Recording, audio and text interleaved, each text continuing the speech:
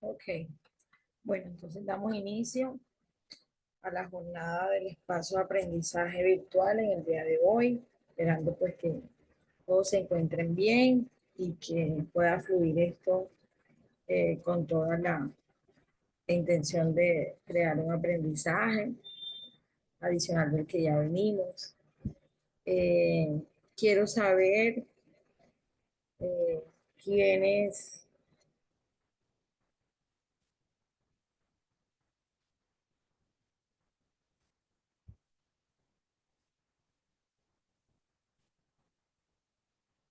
quiénes investigaron lo que ayer dijimos en clase. ¿Qué fue lo que mandamos ayer a hacer aquí en esta, para la casa? Que les dije, bueno, van a averiguar eh, todos cuándo es trastorno y cuándo es déficit. Quiero saber quién se dio la oportunidad de averiguarlo, quién se hizo la tarea.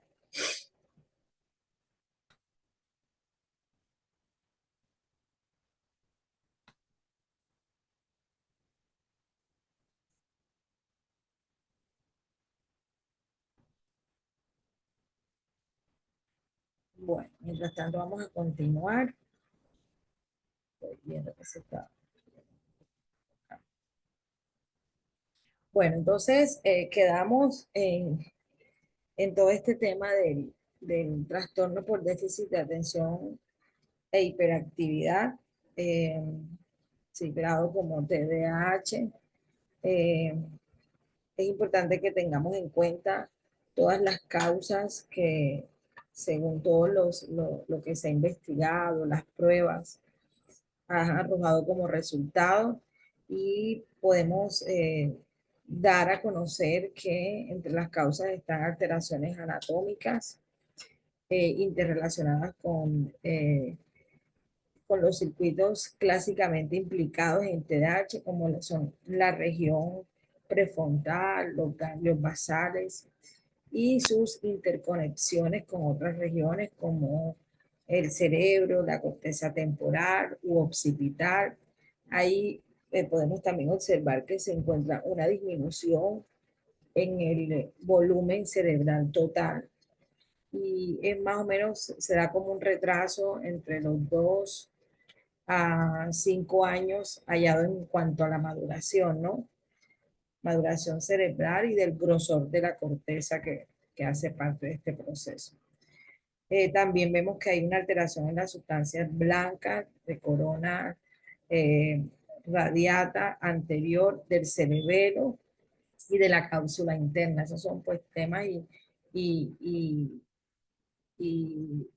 ejercicios pues, que se han venido haciendo en la parte eh, del neurodesarrollo como tal, donde han sido relevantes como causales de este trastorno.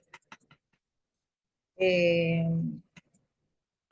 en los riesgos psicosociales del TDAH, estamos enfocados realmente en los estilos educativos por cuando hablamos de la falta de control y rechazo, es porque allí está predominando la ausencia de supervisión y afecto, ¿sí? Entonces, eh, eso conlleva a una provocación pobre sobre el interés de aprender.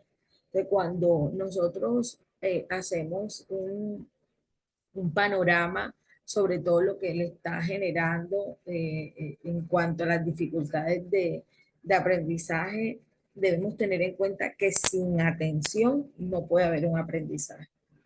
Entonces, ¿qué es lo primero que yo tengo que trabajarle al niño? La atención. Más que la hiperactividad, no estoy diciendo que sea menos importante, pero más que la hiperactividad es la atención, porque con la atención es que yo empiezo a generar en él un interés y por ende se va a generar un aprendizaje, ¿sí? Pero un niño que está manejando una inatención, una, una falta de interés frente a lo que estamos presentándole como aprendizaje, es un niño que nunca va a alcanzar un umbral de aprendizaje mínimo. ¿Por qué? Porque cuando nosotros pasamos, de pronto, aquí hay una norma que dice que nosotros no podemos dejar que el niño pierda el año, simplemente, sobre todo cuando tiene un diagnóstico. O sea, cuando tiene un diagnóstico, los niños que usualmente no pierden años ni se quedan nivelando, pero qué tanto yo en ese proceso de aprendizaje y de sus necesidades, yo armo todo para que pueda yo lograr en todo ese año educativo un avance en medio de sus necesidades, ¿ok? Porque nos quedamos con el niño tiene trastorno, vamos a poner un caso que no le estén llevando a terapia. Entonces, ahí empiezo yo a darle el seguimiento. Si el niño llegó diagnosticado, pero llegó sin realizaciones de terapia, ahí es donde empiezo yo a ahondar y a movilizar todas esas fibras de los papás y enfatizando que es una negligencia y estamos quitándole todo el derecho de llevar una vida digna frente a ese tema de aprendizaje, que es importante, es vital para nuestra vida social, para nuestra vida productiva, para nuestra vida ocupacional. Hay otro aspecto también que es la vinculación y autocontrol y la alta impulsividad que se manejan en estos trastornos.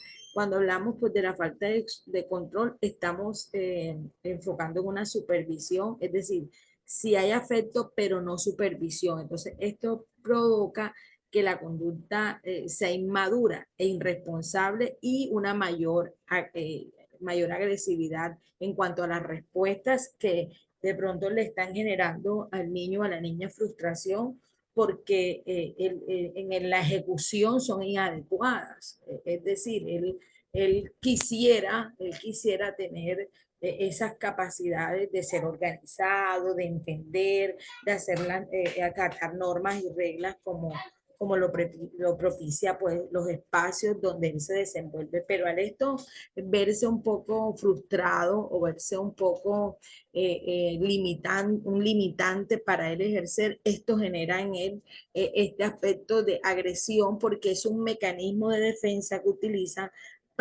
es como un grito que ellos manifiestan y dicen, no puedo, pero también me siento atacado, pero también me siento vulnerado. Entonces, ¿en qué tanto pues me siento en una condición de desventaja? Entonces, tengo que ser fuerte, tengo que proyectar a que soy agresivo, que soy bravo, para generar inicialmente la atención de los que están siendo o están omitiendo pues la importancia de que ellos tienen que vincularlos y tienen que darle los espacios para que ellos realmente puedan aprender y comunicarse de una manera adecuada, porque es lo que se está viendo ahorita en los espacios de aprendizaje, que cuando los docentes estamos en esa dinámica, lo que queremos es avanzar en nuestras actividades y no nos damos un pare de que hay momentos y hay días que yo realmente debo evaluar qué tanto está aprendiendo mi alumno, qué tanto realmente está siendo útil lo que yo estoy manejando desde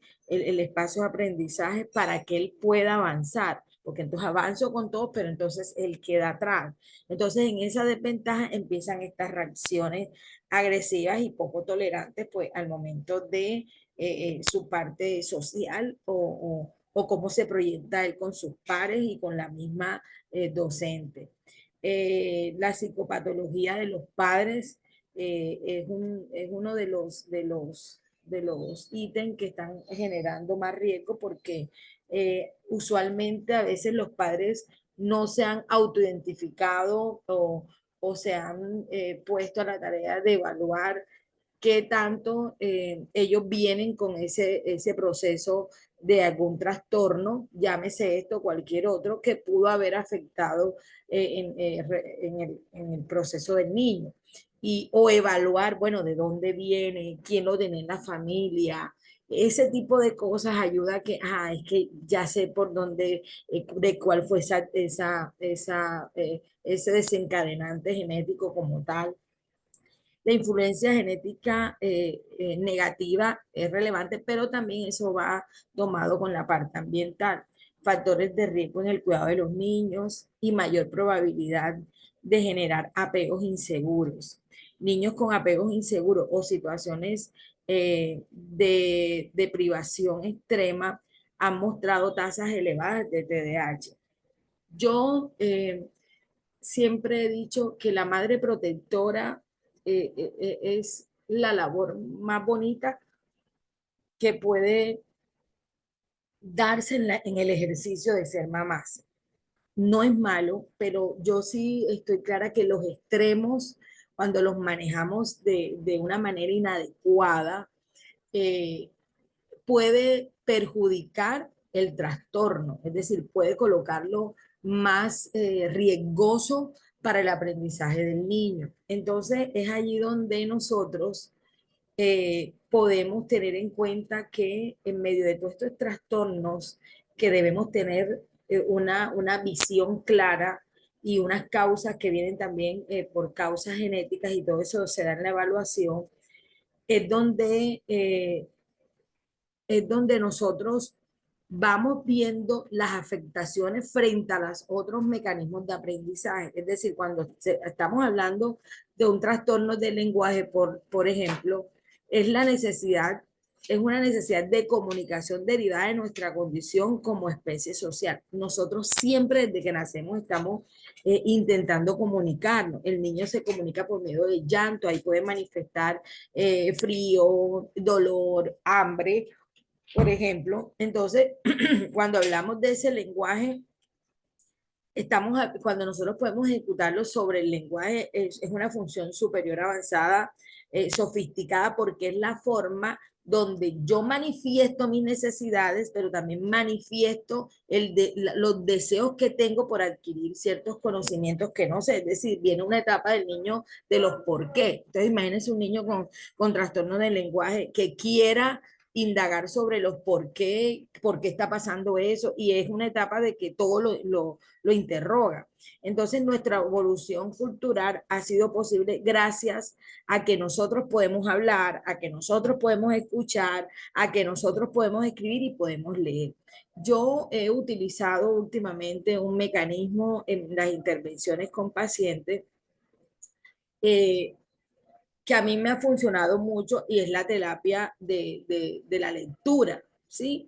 Muchos, bueno, yo estuve en un congreso internacional hace aproximadamente como 2, 3 meses y yo recuerdo que hay un neuropsicólogo nos empezaba a ahondar sobre el impacto que podemos generar nosotros con terapias de lectura y escritura.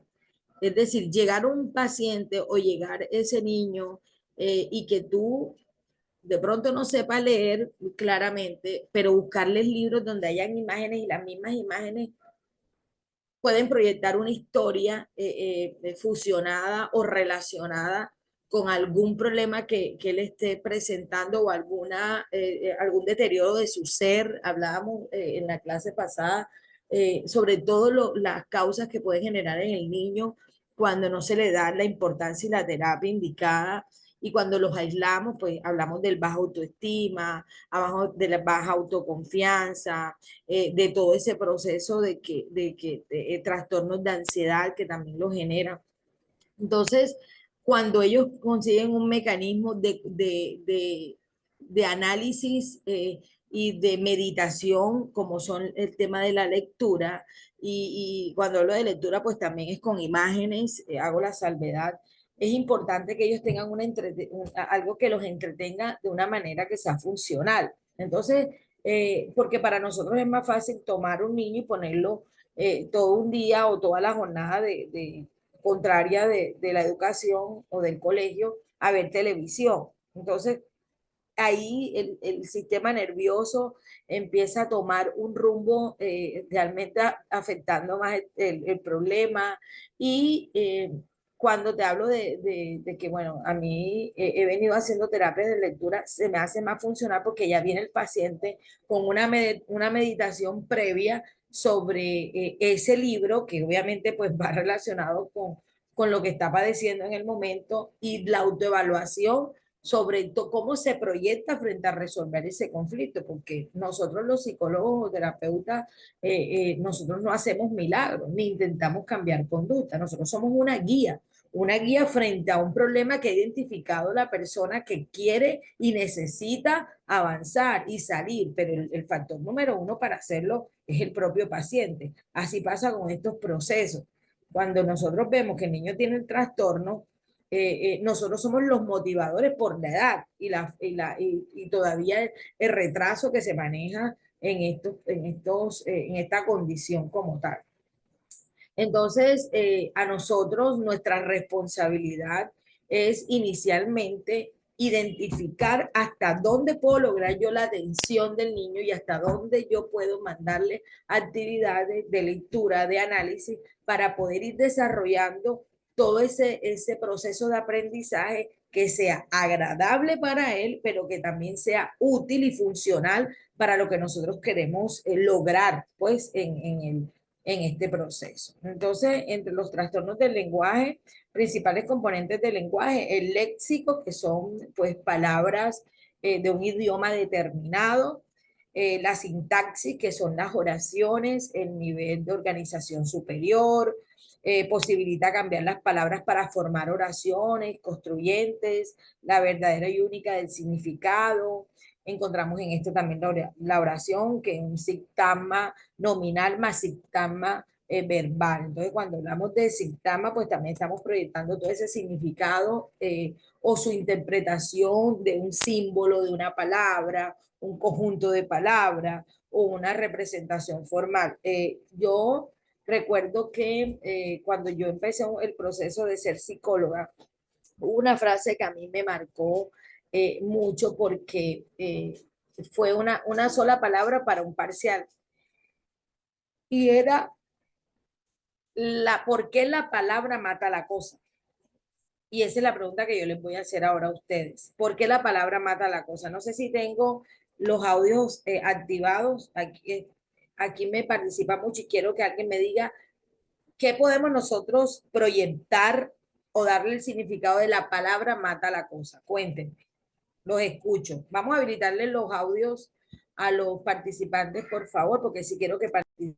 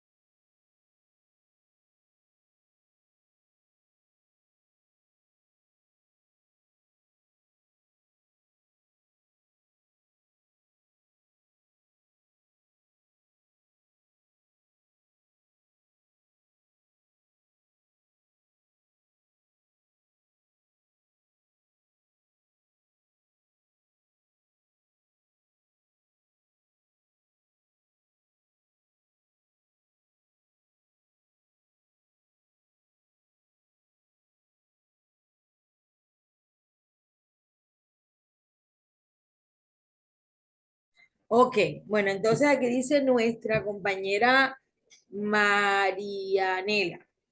Marianela, como que la palabra tiene poder. Muy bien, María Elena. Marianela. ¿Quién más? A ver, quiero verlos participar hoy. Nosotros aprendemos con la participación. ¿Quién más? ¿Quién quiera prender ese micrófono y decir por qué la palabra mata la cosa? A ver, cuenten. ¿Alguien levantó la mano? Lo que se les ocurre, igual estamos aquí para aprender.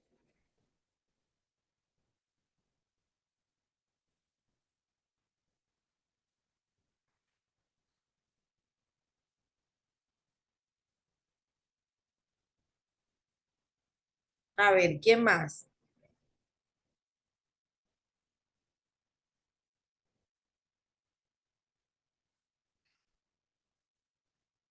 Vamos a participar.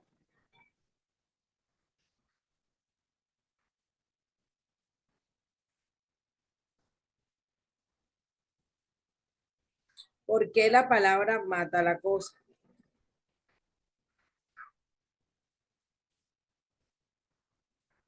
Bueno, como veo que no hay más resultados, bueno, entonces la palabra empieza, se habla de que la palabra mata la cosa cuando nosotros tenemos una percepción de algo, ¿sí? Pero es equivocada frente al significado real. Es decir, yo puedo tener una imagen simbólica o una imagen de percibir de algún objeto, pero cuando yo le busco el significado a ese objeto, es donde la palabra mata la cosa. Eso es una expresión psicológica para darle renombre a cuando nosotros le damos el significado real a lo que realmente en la imaginación percibimos como tal. ¿Sí me hice entender o quedó algo allí como dudoso? Los leo.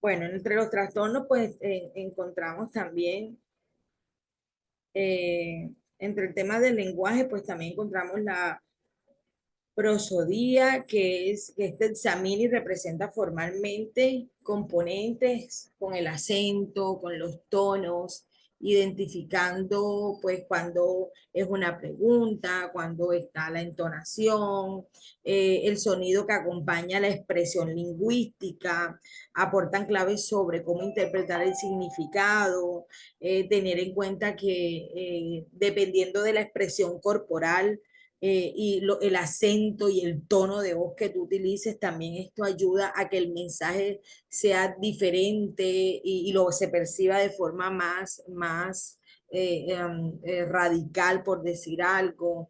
Es decir, no es lo mismo yo decirle, darle una orden a una persona, ¿por qué quedó? O preguntar, vamos a, hablar, a poner el ejemplo de preguntar, ¿por qué este cuadro quedó así? ¿Por qué quedó así tan feo, tan mal? Que decirle qué ocurrió que veo el cuadro un poco desubicado. ¿Sí? Es la misma pregunta, pero cuando nosotros las expresiones y la forma, la entonación que utilizamos es apacigua la respuesta que no, es decir, la parte de socializarlo pues va a ser diferente, pero es el mismo mensaje, ¿ok? El discurso, pues como ya todos tenemos el conocimiento, es un texto en el lenguaje escrito, es un nivel más alto de organización del lenguaje, se compone con varias oraciones que mantienen una coherencia, es fundamental, capta el sentido general y va pues mucho más allá de los detalles.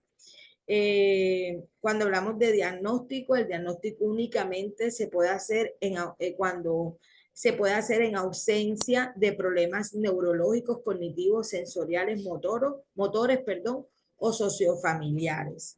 Las incidencias de 2 a 7% en la población infantil, entre ligero y grave, es decir, el porcentaje entre ligero y grave. La mayoría de estos trastornos cursan con un trastorno del lenguaje, es decir, es secundario de otra patología. Entonces, vamos a ver un poco la clasificación. Vamos a ver por acá. Vamos a ver un poco la clasificación. Entonces, cuando hablamos de un retraso simple del habla, esta aparición eh, se debe dar en las primeras palabras más tarde de lo normal. Es decir, si yo sé que de pronto el,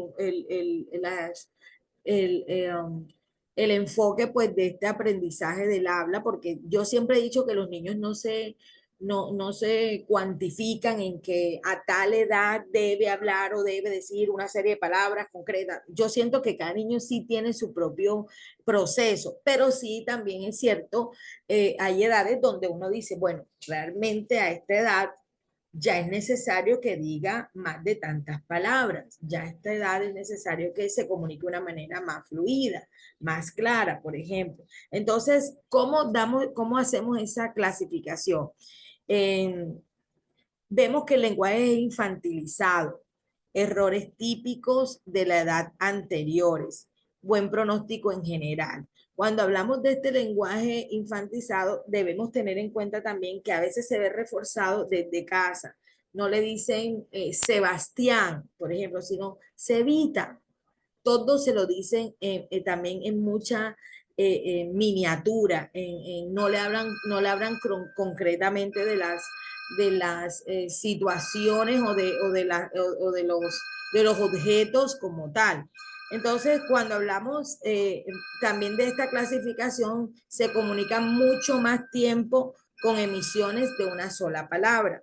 Es decir, la comprensión se altera en menor medida que la expresión y no responde con su edad. O sea, esa expresión que vemos no tiene coherencia o no está relacionada, no hace parte de la edad que él tiene. Es decir, tiene una menor medida la expresión de la edad que puede presentar el chico.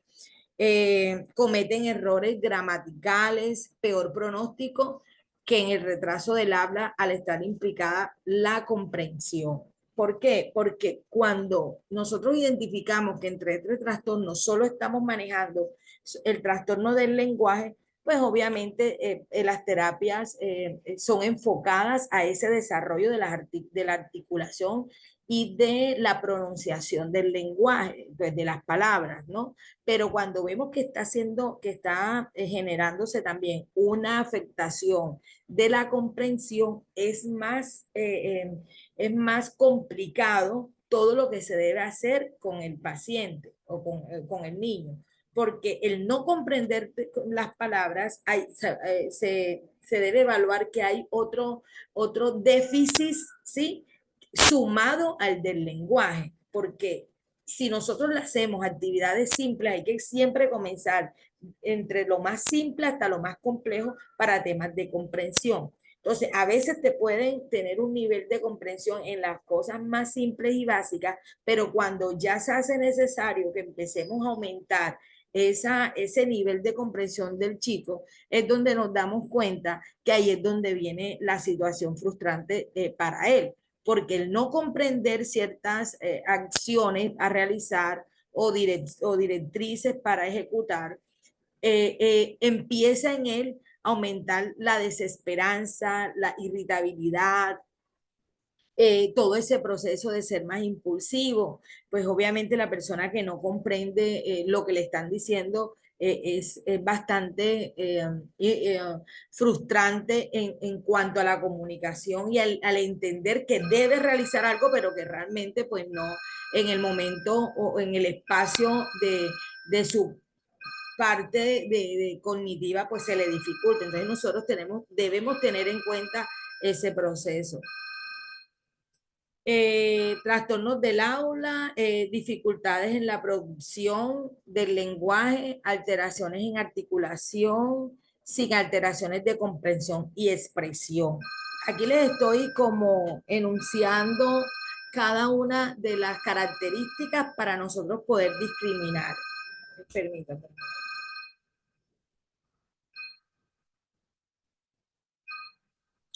Ok, entonces, entre el trastorno de la articulación o dislalias, que son los que nosotros más estamos, de pronto los conceptos que nosotros más escuchamos o las expresiones que más vamos viendo como trastorno, el trastorno de articulación y dislalia, el trastorno de la articulación de fonemas, es decir, el mal uso de órganos para el tema de la articulación, la distrasia, es un deterioro en la alteración motriz, implica en los órganos bucofonatorios y también puede ser una parálisis cerebral o síndrome cerebeloso que genera unas alteraciones en la masticación, deglución, también se genera el babeo, etcétera. Esas son características que hay que empezar a evaluar desde que empieza todo este proceso de comunicación de nuestros niños.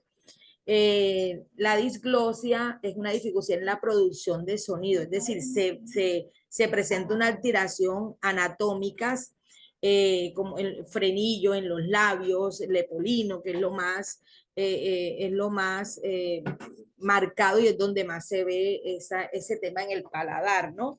Trastorno de la fluidez, el tartamudeo, la disfemia tiene dos tipos, el propio del tartamudeo o también tiene síntomas asociados con la ansiedad por el trastorno. Entonces vemos que no es el chico que siempre tartamudea, sino que El tartamudeo se le da cuando se le presentan momentos de ansiedad o tiene retos, por ejemplo, que le toca una exposición y se siente un poco ansioso o nervioso, empieza este proceso de la fluidez del habla a interrumpirse por un tartamudeo ocasionado por ese espacio o esa asociación pues, de la ansiedad que se está presentando. ¿Ok?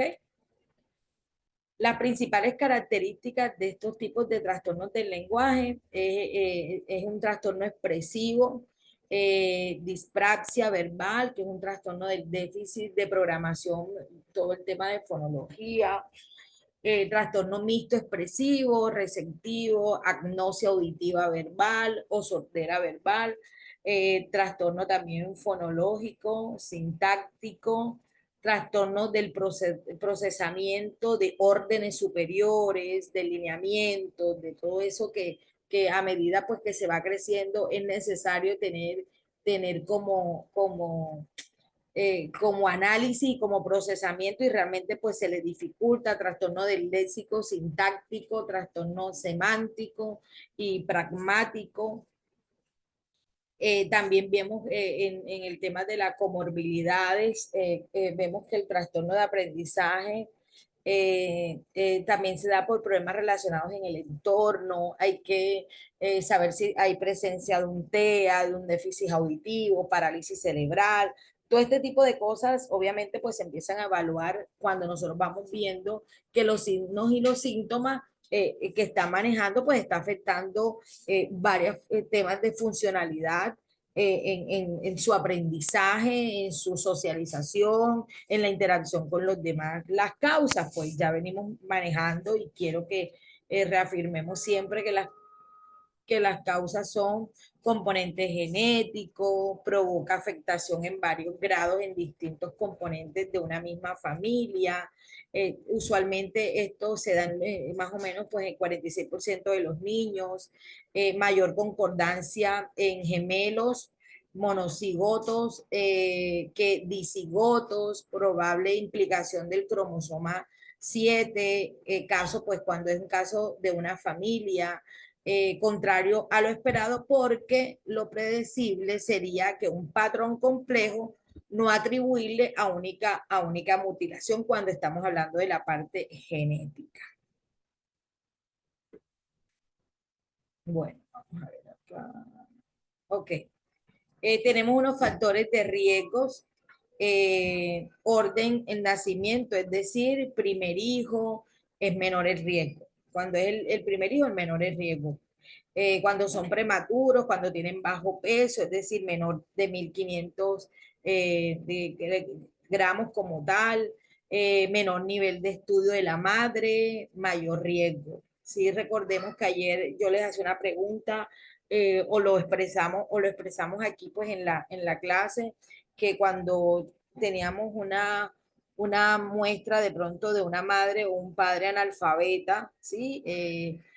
Sabemos que hay una probabilidad de que el niño pueda traer alguna carga de falta de estimulación, de estimulación de aprendizaje y de interés. Entonces, eso pues han demostrado o se ha relevado, o sea, ha sido relevante, de pronto un porcentaje mínimo, pero sí se ha visto que padres analfabetas pueden dar hijos con algún déficit de aprendizaje.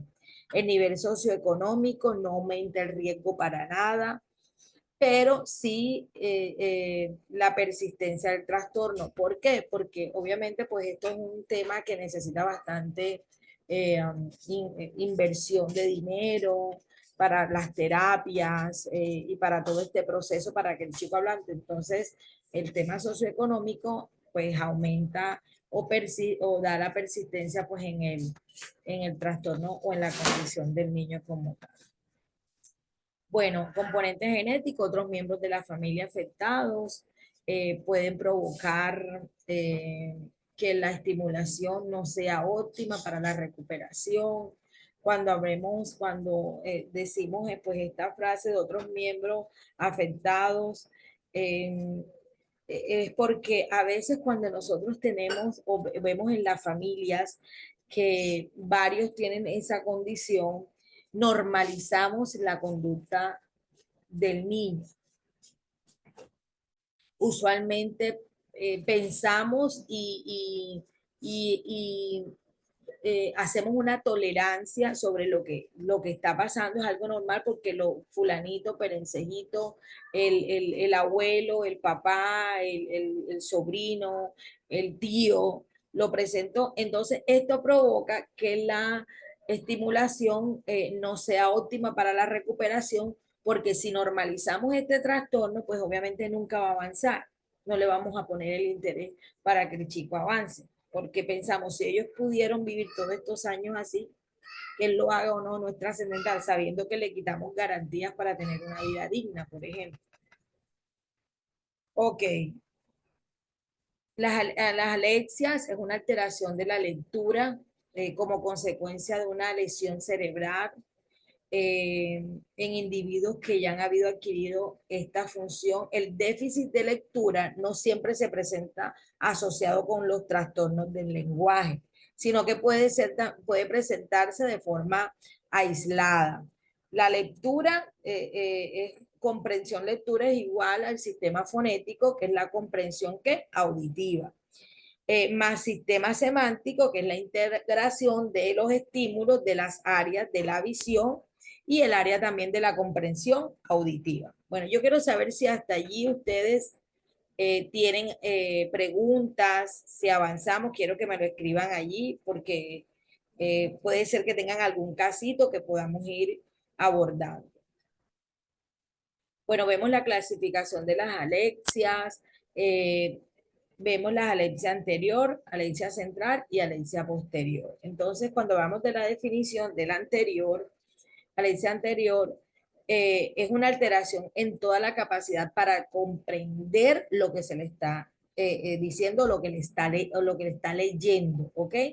La lectura en pacientes, la lectura en pacientes que presentan esta alteración y en la fluidez del lenguaje, ¿ok? Entonces, como no comprende lo que realmente está leyendo, lo que se le está diciendo, ahí se va alterado un poco el lenguaje.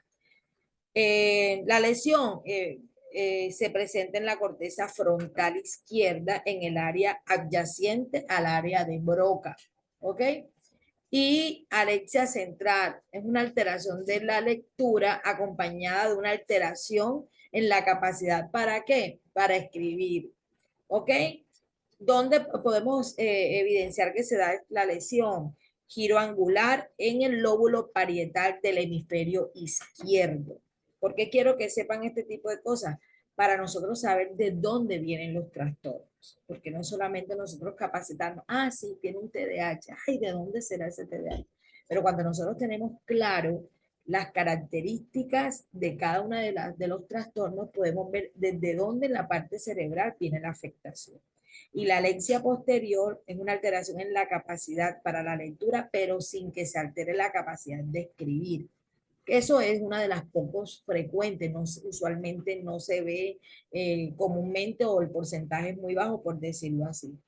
Lesión, cortejo occipital izquierdo y en la fibra del cuerpo calloso. ¿Ok?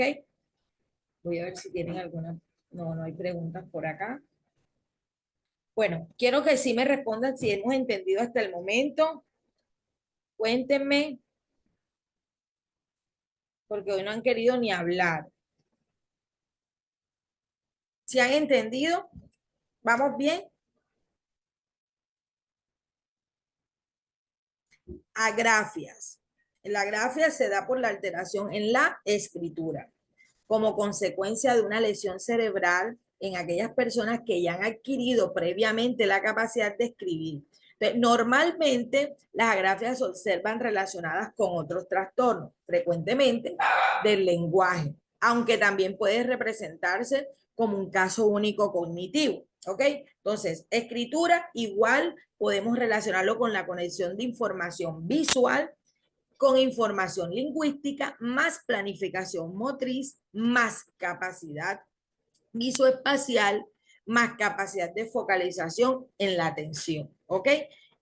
Eso se da esas son las conexiones que debemos tener en cuenta y que de pronto no se están dando para que genere la gráfica. Vamos acá, ahí me quiere subir. Ok. Permite alertar sobre las alteraciones del lenguaje, pero también sobre aquellas dificultades atencionales, funcionales ejecutivas o alteraciones visoespaciales. Bueno, entonces, cuando hablamos de trastornos específicos del aprendizaje, son trastornos de base neurobiológica desde la interacción genética ambiental durante el desarrollo temprano. Provoca disfunción en áreas específicas del desarrollo cognitivo. El resultado es la dificultad desproporcionada e inesperada para determinadas aprendizajes en la comparación con otras capacidades del individuo. La interferencia en los procesos del lenguaje y del aprendizaje oral, escrito, en la lectura y en el cálculo.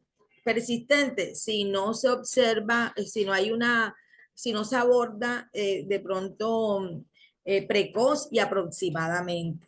Sí, es decir, que no sea muy temprana edad, sino ya en una edad que uno pueda analizar más este término del aprendizaje como tal. Ok, existen una fuente relacionada entre el trastorno específico y del aprendizaje y periodo sensible. Es decir, la prevalencia más elevada del 5 al 15% es la población infantil. Y sencillamente porque ahí es donde nosotros empezamos el tema al aprendizaje primario, por decirlo así. Entonces empecemos desde primera infancia, cuando los niños están en los hogares o están en todo este tema del aprendizaje inicial qué, qué momentos y qué áreas y qué dimensiones se hacen necesarios que ellos aprendan. Y a veces en ese proceso, como en la primera infancia no te exigen hacer tareas todos los días, porque en la primera infancia lo que te insta siempre es a las 4 dimensiones, tratar de utilizarlas para que podamos estimular, porque en la primera infancia lo que hacemos es estimular el aprendizaje del niño para evaluar sus capacidades. Entonces, cuando yo estimulo ese aprendizaje, evalúo qué capacidad tiene el niño de aprender, pero también cuáles son los mecanismos que debo utilizar o las herramientas que debo utilizar para generar la atención de ese niño y que el niño me pueda aprender. Las causas más frecuente de estos procesos cuando hay un trastorno específico del lenguaje es el fracaso escolar, rendimiento deficiente, trastorno de lectura, dislexia, que se utiliza como un sinónimo, pero no todos los niños con problemas para aprender a leer son disléxicos, ¿ok?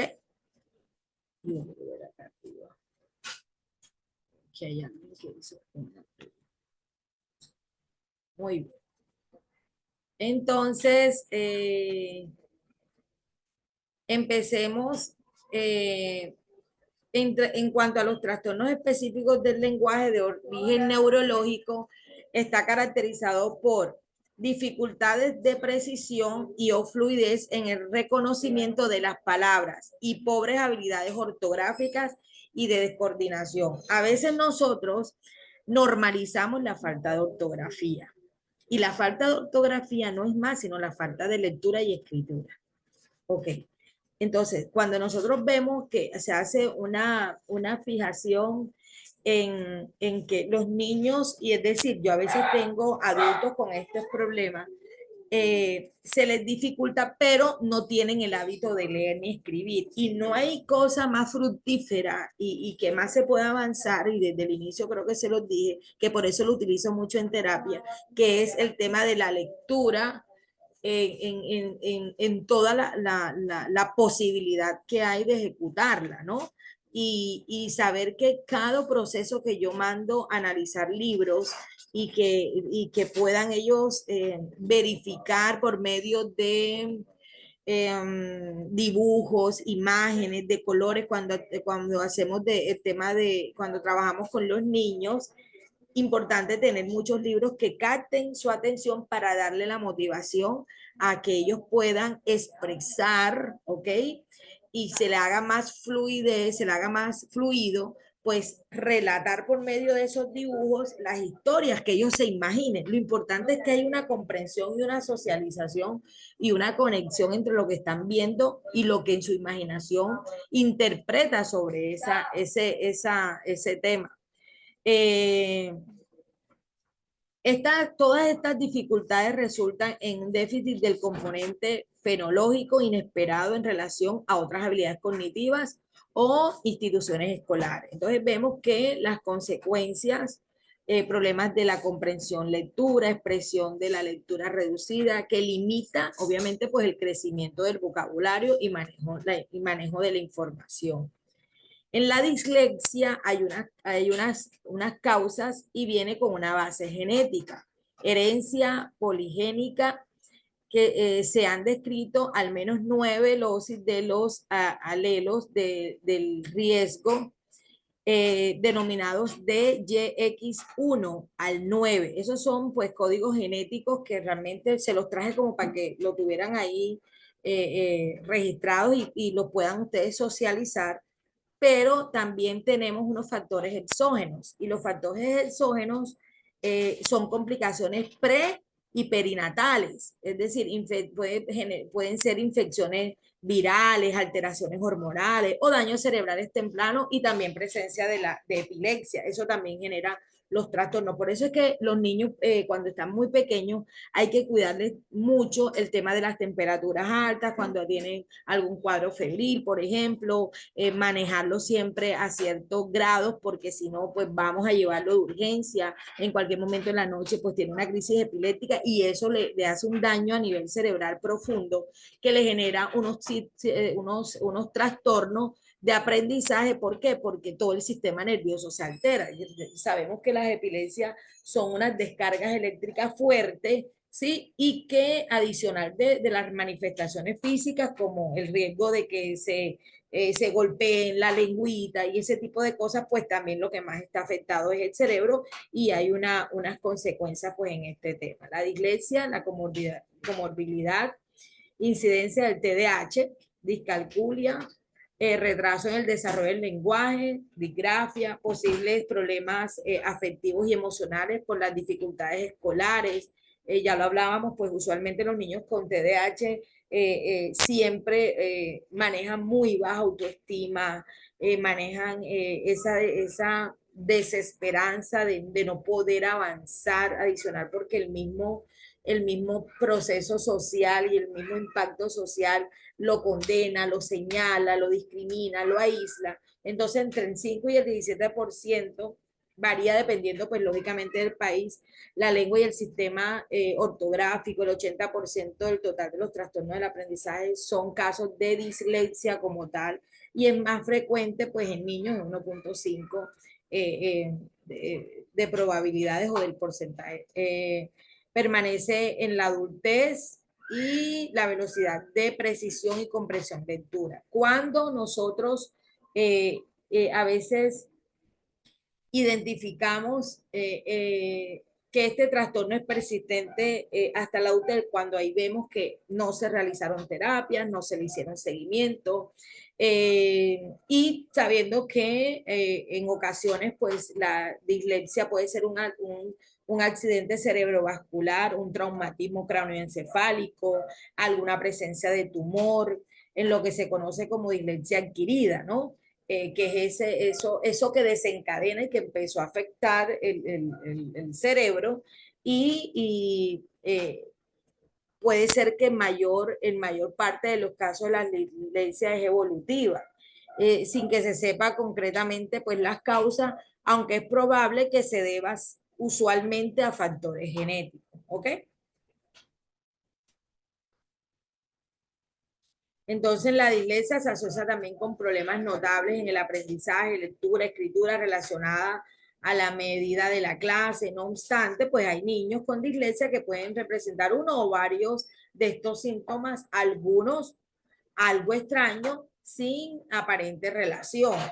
Confusión en las letras y sílabas al escribir, los fonemas al hablar. Otros problemas de aprendizaje como la discalculia, que son problemas pues en las matemáticas o la dispraxia, que son las dificultades en la coordinación psicomotriz. Los problemas para la identificación de los sonidos también concretos y dificultades auditivas. Entonces tenemos problemas también aquí que se presentan en la orientación espacial, confusión entre izquierda y derecha. En eso quiero detenerme un poco porque usualmente nosotros, y ya estoy hablando de personas que se catalogan como que no tienen ninguna afectación ni tienen ningún trastorno. Tú le dices, es hacia la izquierda y a veces tienen que hacer izquierda, derecha. O sea, no hacen la acción automáticamente, sino que tienen que hacer un pare y poder analizar cuál es la izquierda y cuál es la derecha. No sé si a ustedes les ha pasado, han visto personas así, que no se orientan en la medida inmediatamente, sino que tienen que hacer parar el tema de la orden o retener la orden y decir, me dijeron izquierda o derecha, a derecha, izquierda. Entonces, tienen a veces que tocar izquierda, derecha. Pues yo tenía pacientes así y realmente a muchos nos pasa, aquellos que manejamos y no se para derecha, para la izquierda. Entonces, cuando van manejando, la orientación del tema izquierda-derecha a veces se nos dificulta. También temporal son las dificultades para situarse en el tiempo y reconocer los días de la semana, meses u horas. Reconocerlo. No de pronto que ok, ¿qué día es hoy? Sí, de pronto se nos olvida por la dinámica, pero es reconocerlo y no saber que después del lunes viene el martes, por ejemplo. Entonces, pues allí también hay que evaluar. En la dislexia, vamos a ver algunos signos y síntomas en la parte infantil y primaria, dificultades en la conciencia fonológica, evacuación de nombres, letras y números, evocación de letras y de nombres, letras, números, eh, correspondencia fonema-grafema, memorización de secuencias, días, meses, ese tipo de información. Entre las lecturas, pues muchos errores eh, de sustitución, rotación, omisión o inversión en el tema de cuando se va a leer, pues se maneja también una forzada, pausas, rectificaciones, repeticiones en la escritura con errores ortográficos en todo momento. Cuando hablamos de los ciclos superiores de la primaria, dificultades también, pues se presentan dificultades en los fonemas, ortografía, aprendizajes pues en temas de matemática, la lectura es bastante lenta, es pobre, automatizada, mucho esfuerzo para poder llevarla a cabo, pobre comprensión en cuanto lee y también es un esfuerzo demasiado fuerte para codificar porque, porque hay una falta de comprensión como tal. La escritura pues obviamente continúa siendo deficiencia, perdón, puede presentarse evitación, rechazo a las tareas que le generen leer, mal rendimiento en las pruebas escritas, baja autoestima y también en el autoconcepto. Entonces, si yo identifico que tengo un alumno con este problema, tengo que utilizar las estrategias más de lectura, menos de lectura y más de autocomprensión. Es decir, lo ponemos allí a la persona por medio de imágenes, y vuelvo a las imágenes porque las imágenes son importantes para el tema de ayudar a que ellos comprendan lo que van a decir, ¿ok? Entonces, cuando yo empiezo a tener un diálogo, y no hago un examen escrito, sino un examen oral, y yo empiezo a tener un diálogo con él sin necesidad que me escriba, pues yo puedo identificar qué tanto me está comprendiendo la clase o no, y qué tanto sabe del tema o no. Pero si utilizamos más la escritura, pues sabemos que van a haber falencias y de pronto todo ese conocimiento que puede tener no lo puede manifestar por la escritura, pero sí por la expresión verbal. Es decir, hasta también puede ser por medio de los dibujos. Hay que utilizar las herramientas básicas porque todavía en esta instancia de primaria, en este ciclo, pues podemos ver que es tolerante este tipo de evaluaciones, aún en la adolescencia. Las evaluaciones orales son súper productivas, adicional que también le ayuda pues a toda esa representación lingüística y ¿por qué no? Aprender las palabras teóricas, aunque esté todavía la problemática de la escritura, ¿ok? Y de lectura. Las dificultades en la adolescencia, conciencia, volvemos a la conciencia fonológica, evocación, ortografía, en la lectura falta de comprensión y de la velocidad con que empiezan pues a leer, déficit de comprensión, pueden mostrar inseguridad, problemas emocionales que ocasionan pues sentirse inferiores a los demás, autoavergonzados y usualmente los chicos que tienen este tipo de situaciones y de trastornos, son muy penosos, pero la pena es por la falta, porque el autorreconocimiento y la reafirmación que le hacen sobre su condición. Entonces le da miedo representar, le da miedo hablar, le da miedo decir, le da miedo porque no se siente convencido de lo que está haciendo, porque todos estos temas también causan en la parte mental un proceso que afecta y deteriora y atrasa el proceso de recuperación, ¿sí? Y de evolución de los chicos. El sentirme yo mentalmente imposibilitado de avanzar, sentirme inferior que el otro, lo que más genera, pues obviamente son inseguridades y una persona con inseguridades no nos va a avanzar. Entonces tenemos que empoderarlo de que sí se puede salir de la situación, pero que hay que manejar unas estrategias de prácticas diarias en cuanto a su aprendizaje sobre la falencia pues que está adquiriendo. Yo no sé si por aquí preguntitas, no preguntitas. Bueno, la intervención en estos casos de la dislexia, esperemos un instante aquí, un momentito. Se va a regalar un poquito de agua aquí, porfa, gracias. Bueno, la intervención en estos casos de dislexia, lo primero que debemos tener claro, tanto los maestros como los padres, es que el alumno con dislexia no tiene ningún tipo de retraso intelectual. Es decir, a veces los encasillamos, es que tiene un déficit, el que tiene un retraso. Entonces, por lo tanto, si se va a intervenir adecuadamente y de una forma temprana, que es lo que yo siempre llamo a la oportuna activación de ruta de este chico que nos está presentando la dislexia,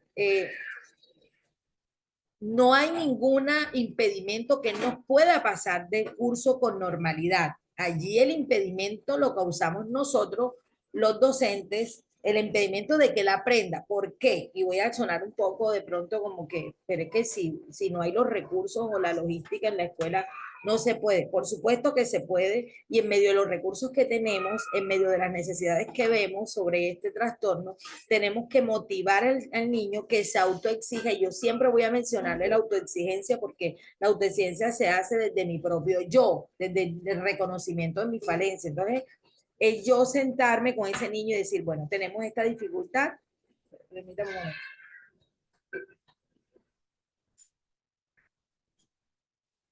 Tenemos esta dificultad, quiero que te apropies de lo que estás presentando, porque en medio de ese autorreconocimiento de que manejo este trastorno o esta condición, pues efectivamente él enseguida debe buscar la forma de resolverlo, ¿ok? Entonces, cuando él dice, yo quiero avanzar, es donde nosotros buscamos las diferentes estrategias partiendo de las capacidades que contamos que él tiene para poder ayudarlo a que evolucione como tal.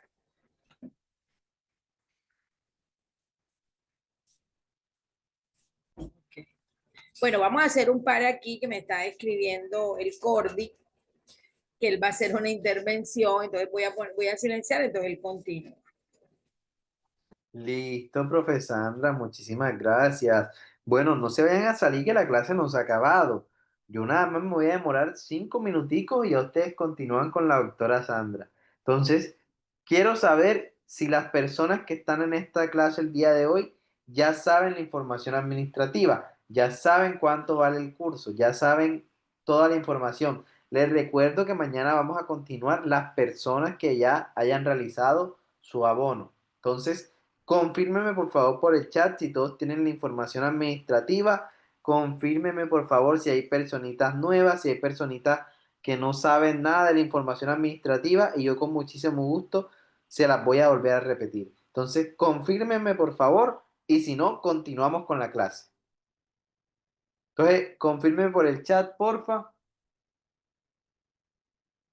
Quiero saber si ya Arleni, si ya Bea Zaida, si ya ella, si ya Filonila, si ya Lumila, si ya Tecno, si ya Trastornos del Aprendizaje, si ya Verónica, si ya tienen información administrativa clara o no tienen ni idea de lo que yo les estoy hablando. Quiero que porfa me comenten por el chat.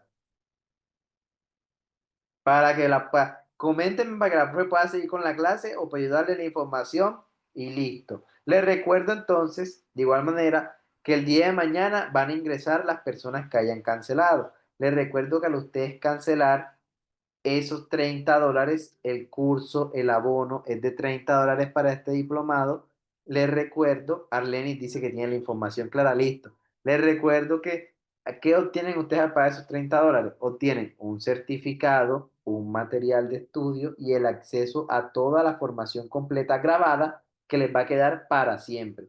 Si de aquí a 6 meses ustedes dicen, yo no me acuerdo nada de la información de trastorno, tengo que volver a ver las clases, ustedes pueden volver a ver las clases.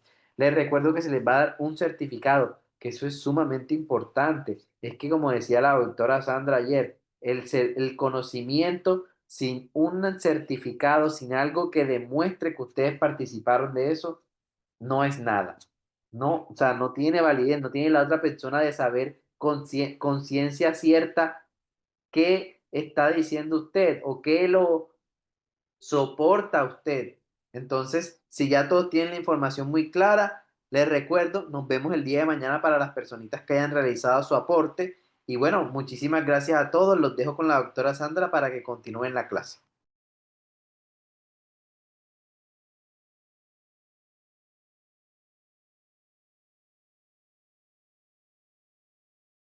Listo, gracias, Gabriel, por por tu espacio, sí, importantísimo, que podamos lograr certificarnos para darle validez pues, a todos estos días de clase y continuar con lo que viene, que voy a traerle pues unos estudios de caso, que los analicemos en clase, quiero que participen mucho. Estas dos últimas clases vamos a profundizar más sobre ciertas estrategias que podemos tener, ¿no?, para abordar todos estos temas. Aquí me...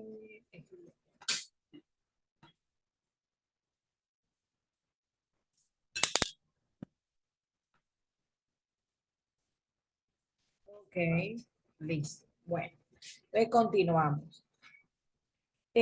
Las claves para este tratamiento, para la dislexia, son, por lo tanto, la detección temprana del trastorno e información adecuada a sus padres y maestros. Entonces, cuando nosotros tenemos todo un panorama de información y tenemos claro de que estos trastornos tienen un desencadenante genético, de que tiene una carga bastante genética en estos chicos, nosotros en nuestro proceso de cambiarle rumbo o ayudar a que ellos busquen una mejor calidad en cuanto a sus aprendizajes.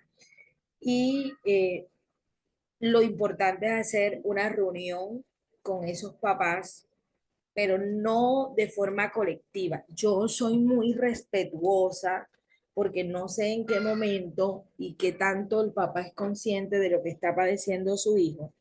Y yo de pronto hacer una reunión general sin sensibilizarlo antes, puede sonar o puedo generar en él que lo estoy atacando dentro de un espacio que están muchas personas. Entonces, usualmente, ¿qué hago yo?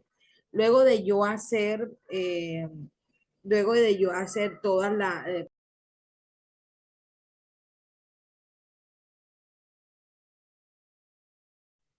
por lo menos yo hacer, después de hacer la observación, hacer todo el proceso de registrar y que voy a registrar la conducta del niño, eh, en qué se le dificulta, en qué lo veo menos interesado en la participación, cuando siento que le da, que él siento yo en ciertas ocasiones que le da timidez de pronto hacerlo, o también veo que es bueno en lo que quiere, en lo que dice, pero cuando lo va a registrar en la escritura no se le entiende. Ah, ok, entonces ya yo tengo un panorama, entonces cuando yo tengo ese panorama, lo primero que tengo que hacer es citar a ese papá de forma individual, de forma personal y empezar a movilizarle todas y cada una de las fibras y saber que cuenta con un apoyo ante ese proceso, ¿ok? Hay que también tener en cuenta que el refuerzo de las asignaturas que más les cuesta normalmente son las lenguas e idiomas en los horarios escolares y si es necesario como actividad extra. Es decir, las tareas que le pongo a mis chicos dentro del espacio de aprendizaje tengo que reforzárselas de manera individual según las necesidades pues, de los pacientes. Pues no hablemos de pacientes, estoy hablando del término clínico, de los chicos que presentan el trastorno. Entonces, si yo sé que les toca una exposición el día siguiente, entonces esas actividades, él se le dificulta la lectura, entonces le damos la posibilidad de que nos haga un dibujo, por ejemplo, un dibujo, y ese dibujo les exprese la temática que él debe exponer. Lo estamos ayudando, pero también utilizamos la estrategia de aprendizaje que él más le agrada, obviamente no dejando atrás el tema que tenemos que reforzar, ¿no? Las intervenciones de los profesionales especializados son importantísimos, desde el profesor hasta el educador especial. Se deben hacer visitas en los espacios educativos, específicamente cuando se estén ejecutando o llevando a cabo actividades que a él se le dificulten. Cuando hablamos de la dislalia, el concepto de dislalia son dificultades en la producción y articulación de uno o varios fonemas en los niños y las niñas mayores de 4 años sin que existan trastornos en el sistema nervioso central ni en el periférico, ¿ok?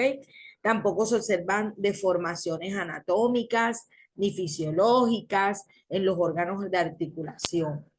Es un trastorno del aprendizaje que debe ser tratado de forma temprana, ¿ok?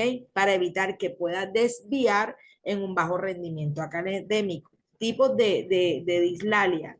Existen dos grandes tipos de dislalia que son la fonética y las fonológicas. Cuando con un origen de los problemas y dificultades y tratamientos diferentes. A veces cuando no se puede, logran identificar cuál de los dos tipos de dislexia pues está manejando el chico, eh, hacemos los tratamientos que no vayan aterrizados en lo que realmente él encuentra la necesidad y hacemos empieza a deteriorarse o a agravarse, como por decirlo así, el problema que le está manejando. Entonces, en ese orden de ideas es importante que nosotros cuando vayamos a hacer un informe de reporte, cuando estemos reportando pues lo que está presentando el chico, es importante hacerlo desde todos esos detalles para que al momento de yo activar la ruta o el papá activar la ruta, puedan hacer una amplia explicación al médico general, que es lo primero que recibe el niño, y él puede ubicarlo con la persona encargada o con el especialista encargado para que les haga la evaluación de todo este proceso y que puedan aterrizar en las terapias en lo que realmente necesitan. Bueno, continuamos con la dislalia. Entonces, quiero que tengan muy claro la dislalia fonéticas. eh, Suelen tener un origen en algunas dificultades en la coordinación motriz, siendo los problemas más habituales. Sustituciones de fricativas por los sonidos, es decir, ceseo, entonces con la S por la Z, casa por casa, de casa de cazar por casa de estructura, ¿no? Hay también una sustitución de la F por la P, ¿ok? O por la Z. Sustitución también de la K por la T. Hay unas distorsiones que también se da que sustituyen el fonema correcto por el sonido que no pertenece al sistema fonético del idioma. Rotacismo, gomper por romper, gomper, romper, simactismo, sonreír por romper. O sea, esas confusiones que se utilizan en los temas de la pronunciación eh, son los focos iniciales desde que el niño comienza en todo el tema del lenguaje fluido, por decirlo así, que debemos tener en cuenta. Pero también se debe descartar lo que hablábamos de evidenciar qué tanto le han estimulado el lenguaje de esa manera el niño desde casa. ¿Ok?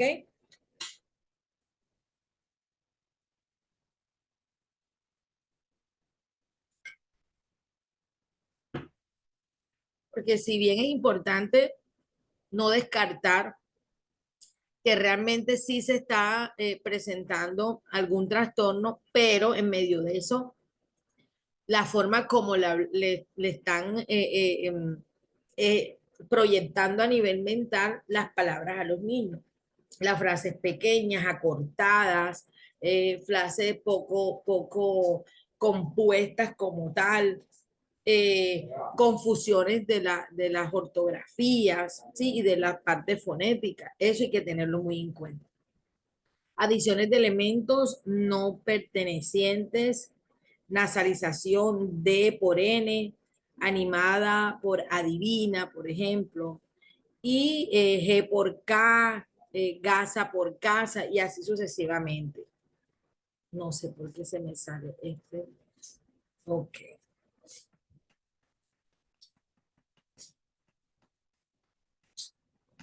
Y la fonológica, este tipo de dislalia se caracteriza por dificultad en la discriminación auditiva y en el análisis temporal de los sonidos. Dentro de toda esta secuencia, lo que provoca que el niño cometa errores en la pronunciación, tales como anticipación, decir tírate por quítate, ¿ok?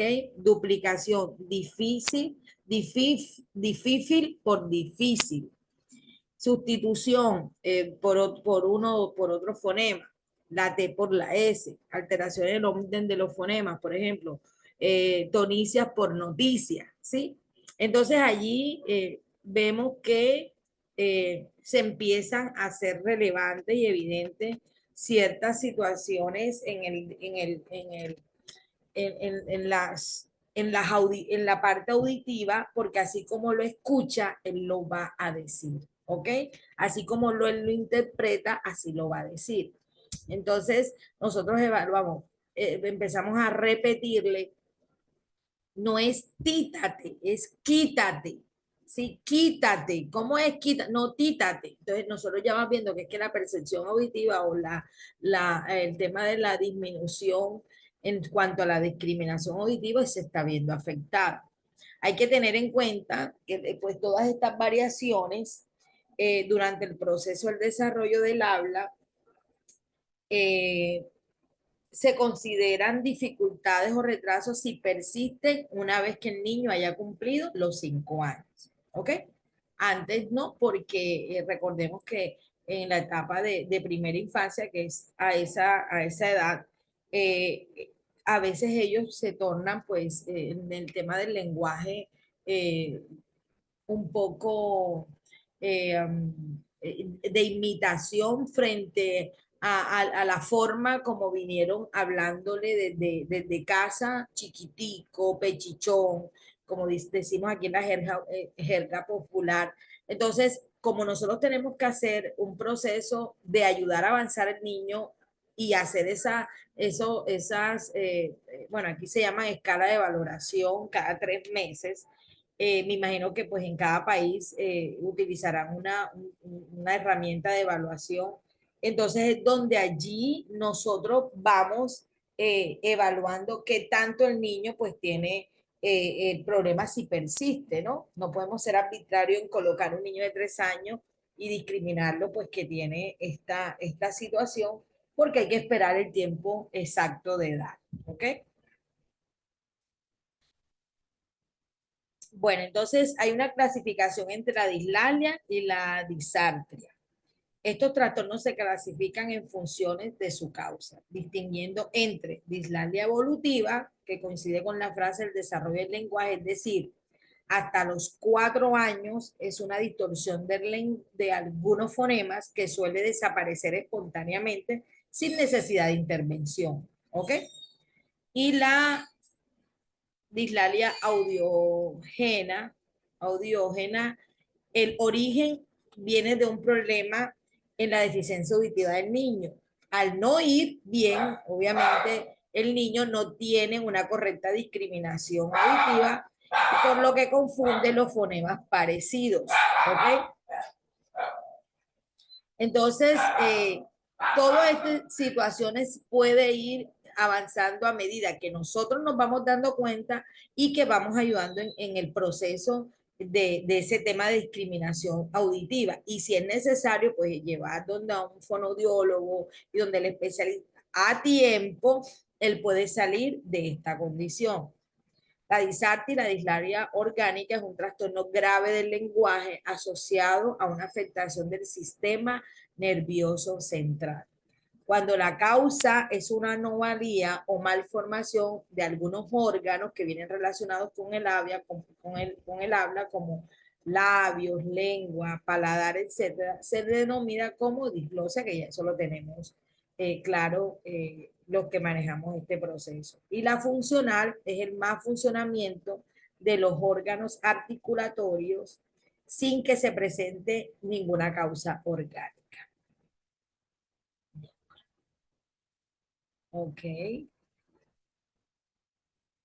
Bueno,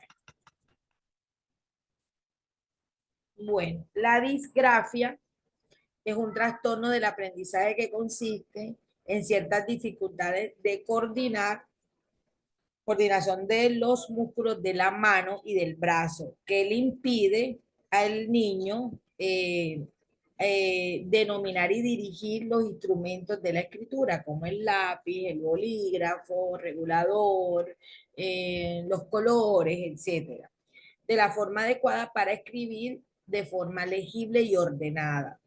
Por lo tanto, puede definirse como un trastorno específico de la escritura que impide escribir correctamente y además existen dos tipos.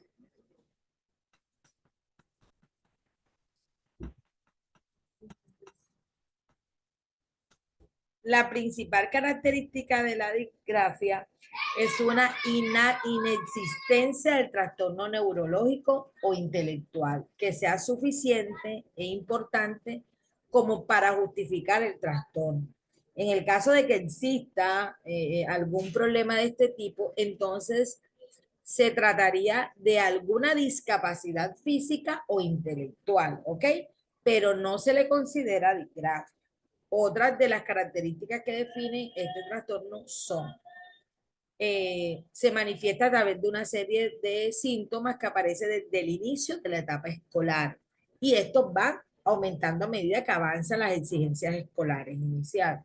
Desde el inicio de la etapa también escolar, los niños con disgrafia les cuesta mucho esfuerzo escribir y lo hace más despacio que el resto, que en la medida de la clase. Es decir, son los niños que usualmente siempre se quedan hasta el descanso, hasta la salida, porque realmente el tema se les dificulta ejecutarlo en los tiempos y con la facilidad de los otros, de sus pares. Se percibe en los niños una notable rigidez motora, ¿sí? O por el contrario, excesiva laxitud. Los trazos no se mantienen uniformes, sino que varían siempre, pues, constantemente. Distinto tamaño de letra y palabras, incluso en el mismo párrafo. Por eso es que nosotros usualmente, y eso de pronto se ha perdido un poco, pero yo soy súper amante de eso, son los cuadernos de caligrafía. Los cuadernos de caligrafía ayudan adicional a que ellos, el marco de los renglones, puedan ellos desplazar, es decir, pero tú le puedes dar la orden, mira, se puede tomar con esta letra, puedes tomar dos renglones. Para ellos es importante que nosotros le demos la orden antes porque estamos anticipando a que él pueda autoexigirse al momento de escribir.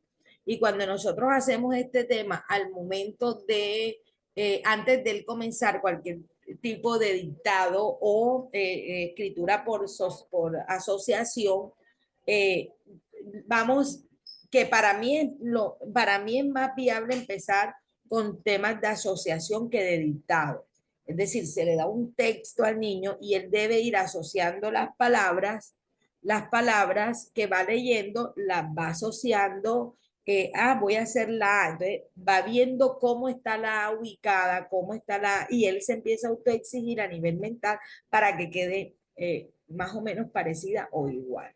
Entonces, es lo que yo usualmente les recomiendo como inicio para evaluar qué tanto él nos puede avanzar los cuadernos de caligrafía, que creo que en todas partes pues lo pueden manejar. La disgrafia, tipos de disgrafia, la disgrafia puede aparecer a consecuencia de un accidente que causa una lesión neurológica o puede ser evolutiva. Entonces, que es la que representa en la persona desde el primer momento y que se manifiesta en los niños con un coeficiente intelectual normal y con una capacidad de perceptiva motoras adecuadas. Estas últimas son las que más interesan en ese momento. Existen dos grandes tipos de disgrafia evolutiva, que es la motriz y la específica. Bueno, eso lo vamos a ver pues más adelante. Bueno, hasta aquí cómo vamos. ¿Tienen preguntas? ¿Tienen preguntas? Vamos a dejar de compartir para que nos demos el momento de las preguntas en estos minutos que nos quedan sobre lo que hemos entendido, sobre los interrogantes y las inquietudes que tengamos. Entonces, sí quisiera como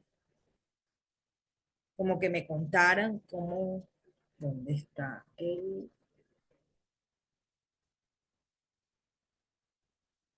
Vamos a abrir el chat.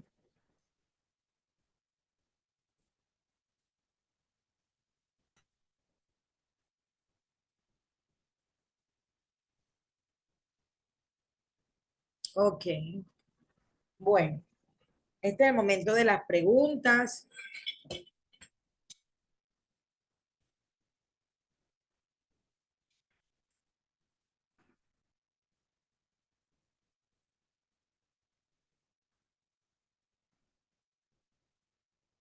Si tienen algunas preguntas, ahorita les voy a enviar un video, un link para que vean el video. No sé si yo se los mandamos ayer, no recuerdo. Como tengo doble jornada. Claro, ¿a quién te gustaría enviarle el mensaje? Me dicen, por favor.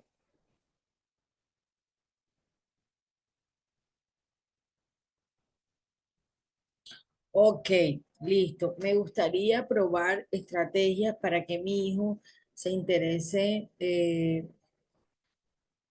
más por la lectura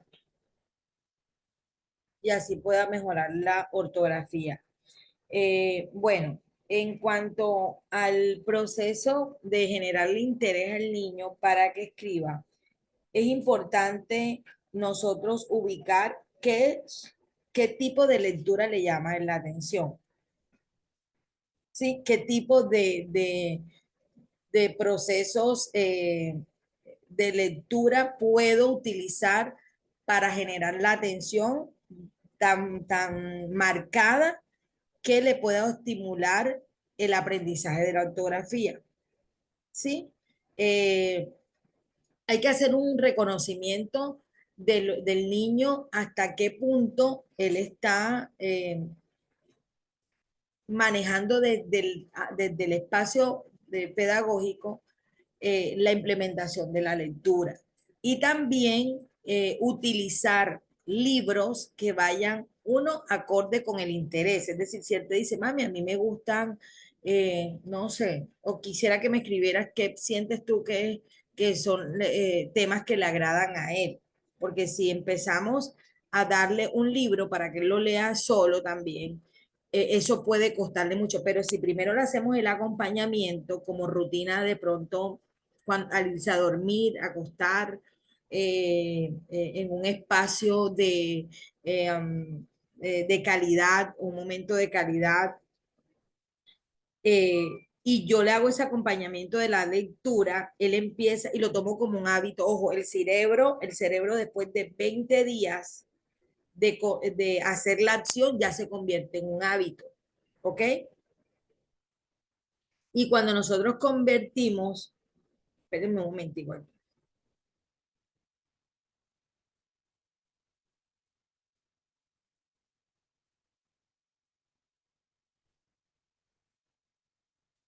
Espérenme un instante.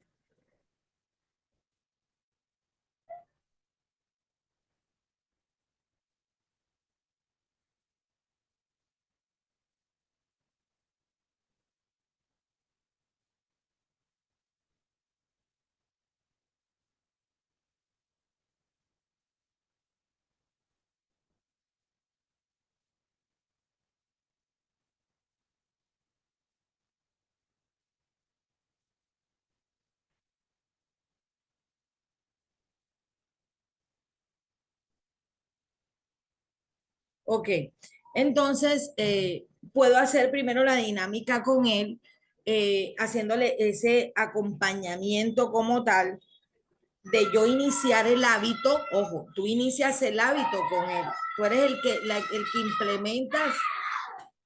Tú eres el que implementas el momento de la lectura y el interés por la lectura. No podemos soltarlo así solito porque no va a ser de su agrado, pero cuando le hacemos el acompañamiento, pues va a ser más fácil que llegara el momento y le digo, el tema el tema es que nosotros podemos utilizar esa estrategia de hábito para que él solo luego, de forma voluntaria, busque la manera de llevarlo a cabo, porque en cualquier momento, de pronto tú no vas a estar en casa, pero él ya tiene el hábito que tú le has enseñado de la lectura y lo va a tomar de forma voluntaria, que es el ideal, porque si lo tomamos de forma voluntaria, él va a empezar a mejorar pues todo eso que tenga en cuanto a lo que tú quieres, a lo que se requiere, que en este caso pues es la ortografía.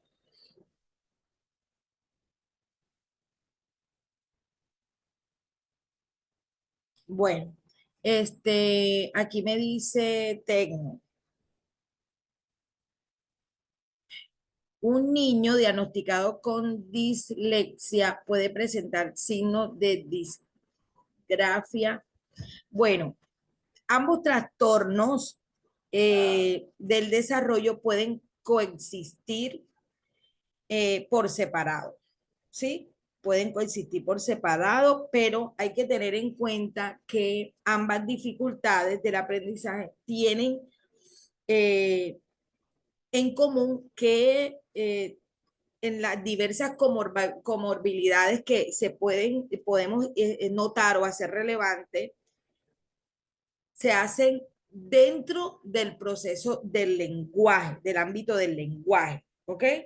¿Por qué del lenguaje? Porque cuando los niños empiezan a escribir, cuando los niños empiezan a escribir y comenzamos el proceso la escritura es una manifestación también del lenguaje.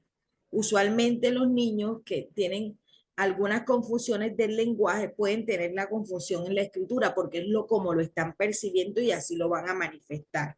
Entonces puede coexistir la condición en ambos en la misma persona, por supuesto. Lo que hay es que hacer una evaluación bien fuerte, bien detallada y con mucha responsabilidad eh, en cuanto a tener un diagnóstico certero de que si realmente pues existen ambas en la persona. Bueno, aquí dice, eh, puedes enviar algunos test o baterías de pruebas actualizadas para el diagnóstico de algunos trastornos.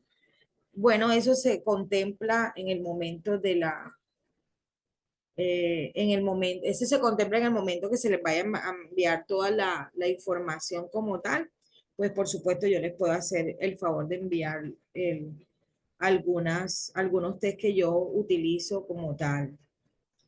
Bueno, aquí dice, mi pequeño de 7 años también le cuesta aprender los números. Solo los cuenta hasta el 10 y usa la cabeza con movimientos para contar. No logra memorizar y si le pregunto, por ejemplo, que me señale el 7, él comienza a contar desde el 1. Ok, ya tiene 7 años. Entonces, ¿qué es lo importante aquí? Lo importante aquí es activar la ruta pues lo más temprano posible, pues si ya estás evidenciando este tipo de situaciones, ya a los 7 años un niño pues que debe contar hasta más de 10, empecemos por ese umbral y por ese foco. Entonces, y si vemos que tiene que hacer un proceso de reconteo para poder pasar o para poder que te señale y te identifique el número, entonces efectivamente pues empecemos a activar la ruta para hacer cualquier descarte de algún tipo de trastorno que puede estar ocasionando desde el tema de la discalculia, ¿ok? Importantísimo que lo hagamos a tiempo, importantísimo que lo lleves a todo lo que concierne pues los especialistas adecuados y que lo puedan evaluar con las baterías adecuadas para que tengamos un diagnóstico certero como tal. ¿Ok?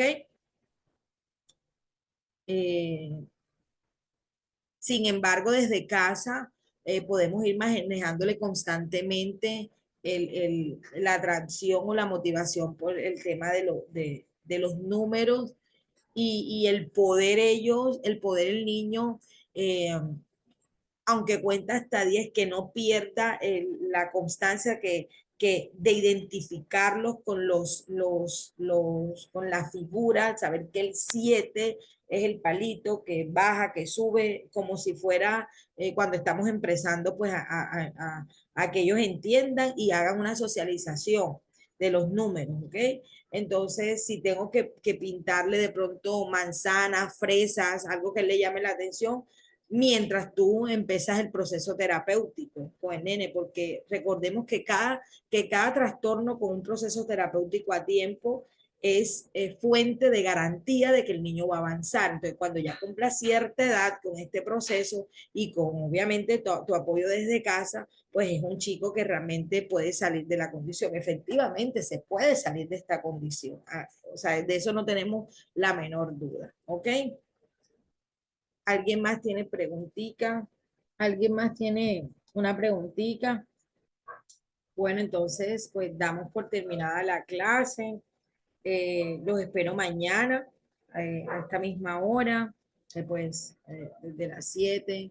Vamos a estar aquí conectados, esperando pues todo el interés y que continuemos con este proceso de aprendizaje tan bonito. Realmente esto es algo que aunque uno no crea en cualquier momento, pues lo puede necesitar y sobre todo ser útil la información para poder ayudar a otros y a los miembros de nuestra propia familia a avanzar y a detectar los signos y los síntomas de cada proceso.